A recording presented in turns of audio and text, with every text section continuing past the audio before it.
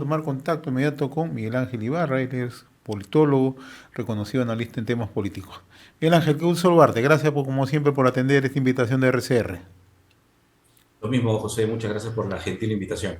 Si revisamos las encuestas, las más recientes, una de Datum, la otra de Ipsos, y la más reciente de CPI, publicada ayer por encargo de Radio Programas, el nivel de desaprobación de la presidenta Dina Boluarte supera el 80%, 83-84%. Ayer, la presidenta, luego de la juramentación del ministro del Interior, hizo una evaluación de la gestión sectorial, ¿no? La quinta evaluación bimensual de los ministros de Estado, ¿no? Cuáles son los logros, las metas, los desembolsos, etcétera. Pero lo que no vemos en la presidenta es un nivel de autocrítica en temas que son muy sensibles en la opinión pública. El tema de la seguridad ciudadana, el tema de la crisis económica, el tema incluso que compromete a su hermano Nicanor Boluarte. ¿Qué es lo que está ocurriendo? Parece ser que la presidenta vive encapsulada pensando que su gestión está alcanzando los logros, pero no le da una lectura real de lo que pasa en el país. ¿Cómo interpretas tú esto? Bueno, creo que analizar tres escenarios importantes en el caso de Dina Boluarte. Va a cumplir casi un año, el 7 de diciembre se cumple literalmente un año del golpe fallido de Estado de Pedro Castillo. Y a partir de Dina Boluarte ha convivido con dos problemas bien grandes. El primero es el ser obligada a convocar a nuevas elecciones y dejar el mandato como tal, e ir a unas nuevas elecciones generales. Ese escenario lo logró manejar gracias a las alianzas que estableció con los grupos parlamentarios en el Congreso de la República para evitar casualmente el ir a nuevas elecciones. El segundo gran tema que tenía Díaz Boluarte era la herencia o el pasivo que le dejaba Pedro Castillo respecto a las políticas públicas en materia de seguridad, en materia de economía, en materia de salud, educación, los casos de corrupción. Es decir, literalmente le da un pasivo que ella tenía que resolver. En ese proceso, la clase política evidentemente entendió que había que darle al presidente un espacio necesario para que ella pueda iniciar las reformas que se requerían, así como los cambios que tenían que venirse. Sin embargo, a julio, cuando ella ya lanza su mensaje presidencial y empieza a establecer cuáles son las líneas de su político y los logros de su gobierno, no vemos gran avance y eso es muy cierto.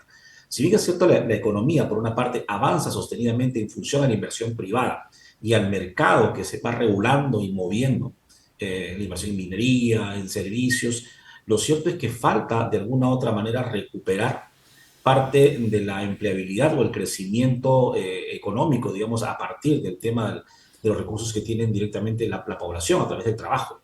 Entonces han habido paliativos como retiros de la CTS, ahora están planteando el tema de retiro del FP, que son coyunturales, que responden a un escenario, pero que no resuelven el problema económico del país. El tema de la inversión privada, el tema de la inversión en minería, la posición política del gobierno en el exterior, sí son problemas grandes que Dina Boluarte no está sabiendo tratar. Otro escenario que hay que ver es el tema ya de los problemas que coyunturalmente están afectando al Perú de una manera directa y que se siente en la población. Por ejemplo, tú lo mencionabas, la seguridad ciudadana. Hemos tenido dos ministros del Interior, aparte de todo lo que hemos tenido en el gobierno de Pedro Castillo, y ninguno ha podido resolver el tema de fondo de la inseguridad ciudadana. Siguen las extorsiones, sigue el sicariato, siguen los secuestros, sigue el tema del gota a gota, sigue el tema de cantidad de ciudadanos ilegales al margen de la nacionalidad que están generando una serie de problemas dentro y que la ciudad lo está sintiendo. Y es un tema que tampoco ha logrado combatirlo ni solucionarlo. El otro tema es el tema de la recesión, ¿no? Se viene el fenómeno del niño y evidentemente el norte debe estar más que preocupado respecto a cómo es que se va a afrontar el fenómeno del niño. Por otra parte, en el sur del país tenemos los mismos problemas con los conflictos sociales. Los conflictos sociales, si bien es cierto, se han reducido en el tema de las marchas y protestas por el adelanto de elecciones, siguen latentes porque no han sido resueltos, en realidad. No ha habido una resolución de los problemas fundamentales que tiene el sur del país. Es un tema que en cualquier momento puede volver a rebrotar. Entonces, todo este escenario nos lleva a un tercer tema, ¿no? La falta de liderazgo que tiene tanto la presidenta para afrontar los cambios y para poder plantear reformas concretas, sea en el sistema de justicia, en el sistema de seguridad ciudadana, en la salud propia o en el tema de educación, porque son temas muy duros.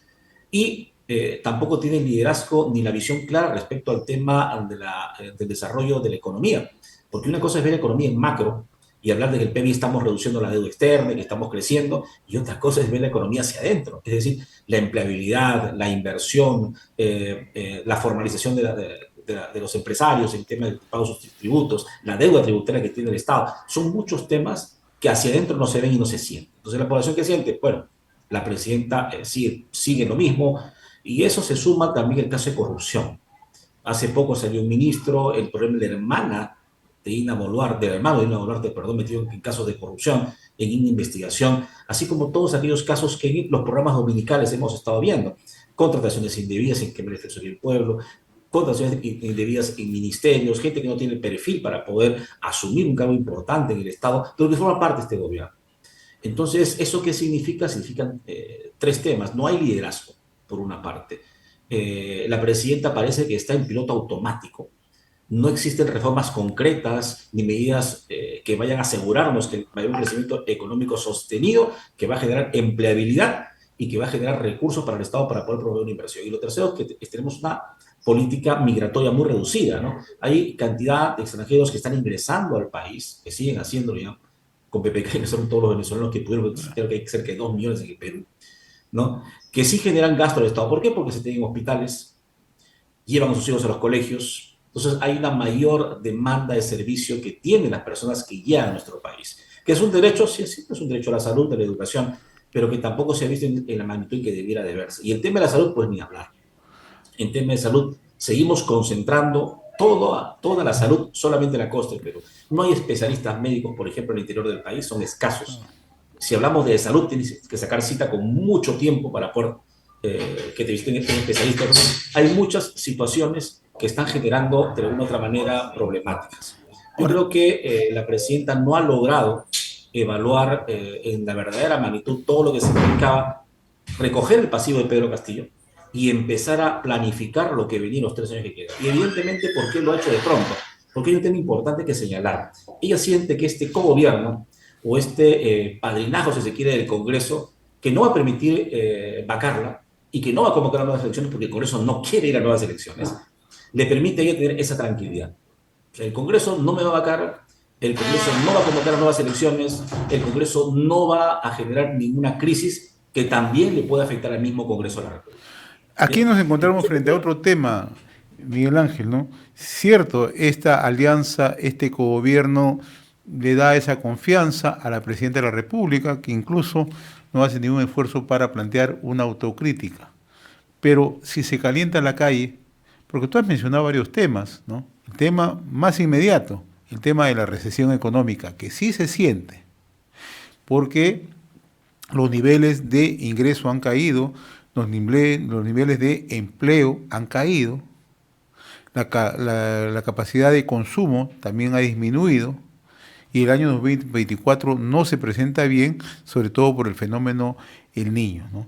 ¿Hasta dónde entonces puede sostenerse con ese nivel de desaprobación Dina Boluarte y el propio Congreso? Yo creo que lo que va a determinar un poco el tema de la crisis que pueda traer el presidente en el siguiente año, yo creo que va a ser entre febrero y marzo aproximadamente, El fenómeno es del con el niño. tema, efectivamente, tú has dicho algo muy importante que la Claro. presidenta parece que no está midiendo. El fenómeno del niño va a va a aumentar la crisis de la Sí. recesión por el tema de la escasez, por el tema de la salud y por el tema de la educación.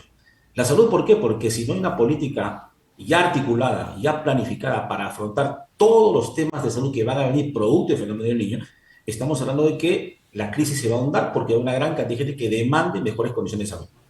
Lo segundo, la empleabilidad. El fenómeno del niño va a bloquear muchas zonas productoras del país y va a generar escasez en otros.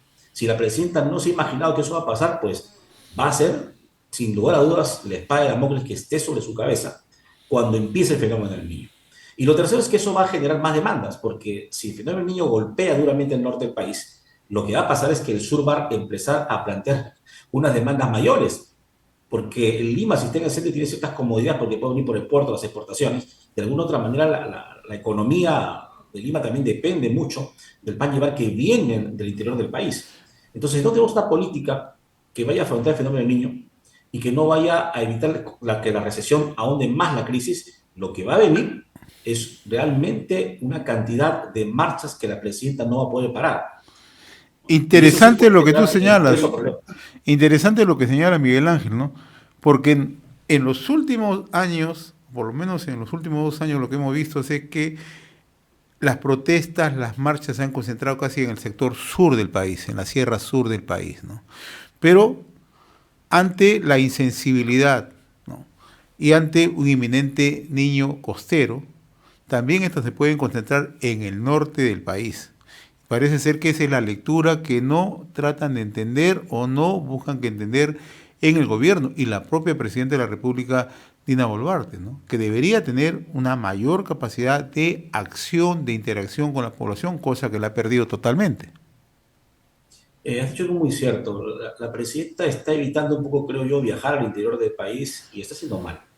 Porque más allá de viajar al exterior para poder ver la política bilateral, que lo puede ver el canciller tranquilamente, porque es parte de su función dentro del ministerio, la función de la presidenta es tomar contacto con la población respecto a las demandas más importantes y llevar esos consejos de ministros que tenía a estas zonas para poder evaluar con los alcaldes o los gobernadores qué medidas se pueden tomar para poder mitigar y en este presupuesto 2023 que debería hacerse, establecerse cuál es el nivel de inversión que se va a realizar para prevenir el fenómeno que va a venir el próximo año. Aunque estamos ya literalmente a destiempo, porque esto debe empezar a tirar desde julio, en realidad, desde julio, no ahorita, tenemos que ser conscientes que si la presidenta no tiene una política clara en este tema, lo más probable es que vengan las marchas. Y súmale, José, el tema de la inseguridad ciudadana, porque el tema ha crecido a tal punto que la población se siente insegura en las calles. La población se siente insegura. Entonces, si tú sumas la crisis económica, la recesión, el fenómeno del niño y la inseguridad, ten por seguro que la gente va a salir a protestar en las calles. Es, Ahora, ¿qué va a hacer el Congreso en su rol fiscalizador? Es otro tema, que es otro escenario, ¿no? Que sí podría o ahondar la crisis o pararla. Porque de una u otra manera va a venir inevitablemente el tema de la vacancia, inevitablemente la convocatoria de nuevas elecciones, que es el discurso que siempre hemos tenido, más aún ahora que el Congreso ha aprobado la bicameralidad, ¿verdad? En primera votación, falta la segunda en marzo con la otra legislatura. Pero esos escenarios sí preocupan a la población y evidentemente sí les generan cierta incertidumbre. Entonces, los grupos, digamos, que están acostumbrados a salir a marchar permanentemente, tendrían argumentos más que suficientes para poder salir y decir protestamos porque la presidenta no tiene nada planificado, nada gestionado y no hay logros en el tema del fenómeno del niño, en el tema de lucha contra la violencia, en el tema de la delincuencia, en el tema de la política económica y la recesión, y no dejarían de tener la razón. No es el camino a la violencia, pero va a ser una forma de expresar el descontento de la población. Miguel Ángel, como siempre, muy reconocido por esta comunicación con RCR, Red de Comunicación Regional. Gracias, muy amable como siempre. Buen día. Buen día, José. Gracias.